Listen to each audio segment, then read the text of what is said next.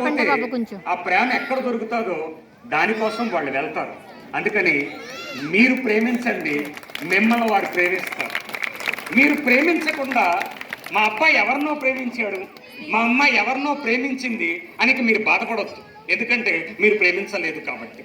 అందుకని నా మాట కొద్ది మీకు బాధ అనిపించినా అది నిజం. నిజం ఎప్పుడు అలా చేదుగానే ఉంటుంది. అందుకని మీరు సమయం ఇవ్వాలి, మీరు ప్రేమించాలి. ఎందుకంటే గొప్ప తెలివితేటలు వాళ్ళ దగ్గర ఉంటాయి.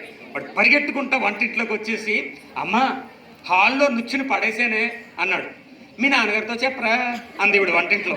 నాన్న పైన ఎలాడుతున్నాడే, ఆయన ఏదో నుచ్చుని వేసుకుని ఎక్కాడు పైన, నుచ్చుని పడేసి వచ్చాడు ఇక్కడ. చాలా కూల్గా సమాధానం చెప్తారు, చాలా చక్కగా చెప్తారు, బడి మామూలుగా కాదు.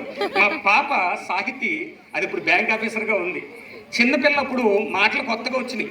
వాళ్ళ అమ్మ చంకనేసుకుని కూరలో రుచి చూస్తూ ఉప్పు సరిపోయిందా లేదని, సరిపోలేదని మళ్ళీ కొద్దిగా వేసి మళ్ళీ కలిపి మళ్ళీ రుచి చూసి మళ్ళీ సరిపోలేదని మళ్ళీ వేసి మళ్ళీ ఇలా అంటుంటే దానికి వచ్చిన డౌట్, మొత్తం తినేస్తావా అమ్మా.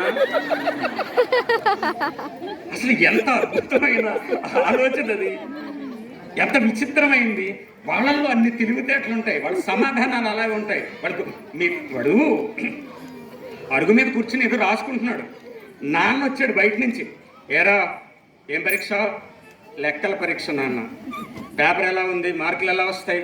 పేపర్ దీర్ఘచతురస్రాకారంలోనూ మార్కులు వృత్తాకారంలోనూ వచ్చింది నాన్న.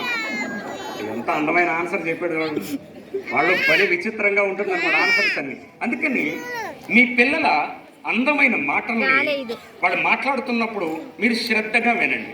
మీరు వాళ్ళతో మాట్లాడండి. మీరు వాళ్ళతో ఎందుకు మాట్లాడాలో చెప్పనా?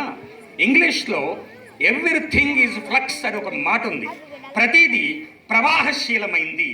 నిన్నట్లా ఇవాళ ఉండదు, ఇవాళలా